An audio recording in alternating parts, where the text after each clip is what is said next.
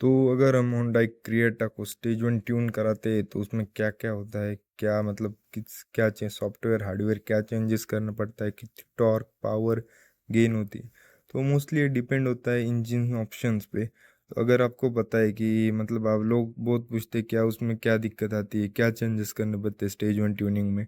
तो अपने को स्टेज वन ट्यूनिंग में मतलब हार्डवेयर कुछ भी चेंज नहीं करना पड़ता, सॉफ्टवेयर ट्यून करना पड़ता है।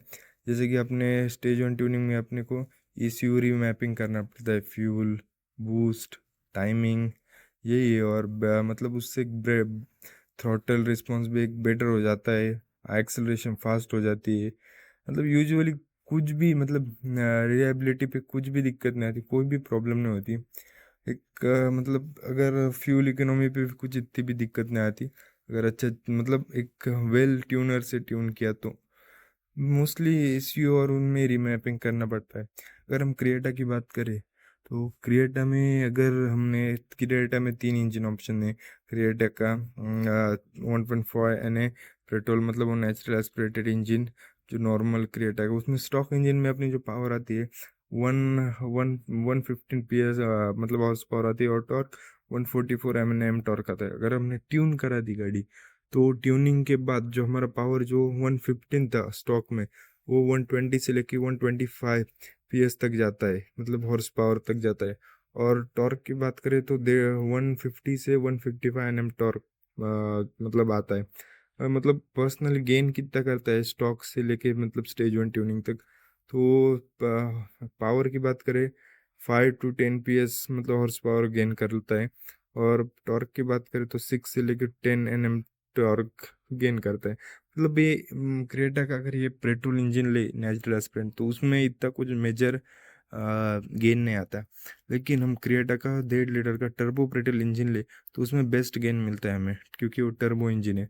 उसमें स्टॉक में हमें जो पावर मिलती है 160 PS हॉर्स पावर मिलती है। और जो हमारा सॉरी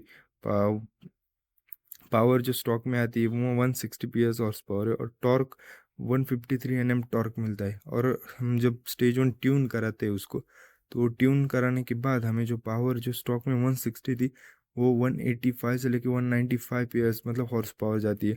और टॉर्क की बात करें तो 190 से लेके 310 Nm टॉर्क चला जाता है, और जो कि स्टॉक में 153 था। मतलब गेन कितने को हुआ, अगर पावर की बात करें तो 25 से लेके 35 PS हॉर्स पावर गेन होती है। और पावर की टॉर्क की बात करें तो 40 से लेकर 60 Nm तक टॉर्क चला जाता है। मतलब एक बिगर गेन मिल जाता है हमें उससे। मतलब एक एक्सलरेशन में मिड मिड रेंज पुल करती है गाड़ी, मतलब ऐसे भागने में ऐसे मतलब डिफरेंस आ जाता है एक्सेलरेशन में भी। अगर हम क्रिएटा में 1.5 लीटर के इंजन में डीजल में, तो ये सबसे पॉपुलर इंजन है क्रिएटा का स्टेज वन ट्यूनिंग के लिए। अगर हम बात करें उसकी, अगर स्टॉक में बात करें तो 116 PS हॉर्स पावर, और टॉर्क की बात करें तो 250 Nm टॉर्क है। अगर स्टेज वन ट्यून करा दी हमने तो जो स्टॉक में 116 था वही पावर 135 से लेके 145 PS हॉर्स पावर। और टॉर्क की बात करें जो स्टॉक में 150 Nm टॉर्क था, यहाँ पे 300 से 320 Nm टॉर्क चला जाता है। मतलब ओवरऑल गेन की बात करें तो पावर में तो 20 to 30 PS हॉर्स पावर, और टॉर्क की बात करें तो 50 से लेके 70 Nm टॉर्क चला जाता है। मतलब एक बेस्ट इंजन माना जाता है।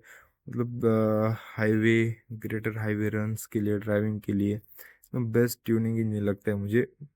हाँ, पेट्रोल में भी अच्छा है, लेकिन इसमें ज़्यादा नॉर्मली डीजल में थोड़ा टॉर्क का ज़्यादा गेन मिलता है हमें थोड़ा। लेकिन पावर की बात करें तो फिर टर्बो पेट्रोल इंजन में ज़्यादा मिलती है वो थोड़ी। तो और मतलब ऐसे कुछ बड़े चैलेंजेस नहीं आते उसमें, हार्डवेयर का कुछ दिक्कत नहीं, रिलायबिलिटी पे कुछ एकदम प्रॉपर ट्यूनर से ट्यून करा stage one tune. Issue remapping होता है मेनली, फ्यूल बूस्टिंग, टाइमिंग, उससे बेटर एक्सलेशन फास्ट हो जाता है, यही कुछ था।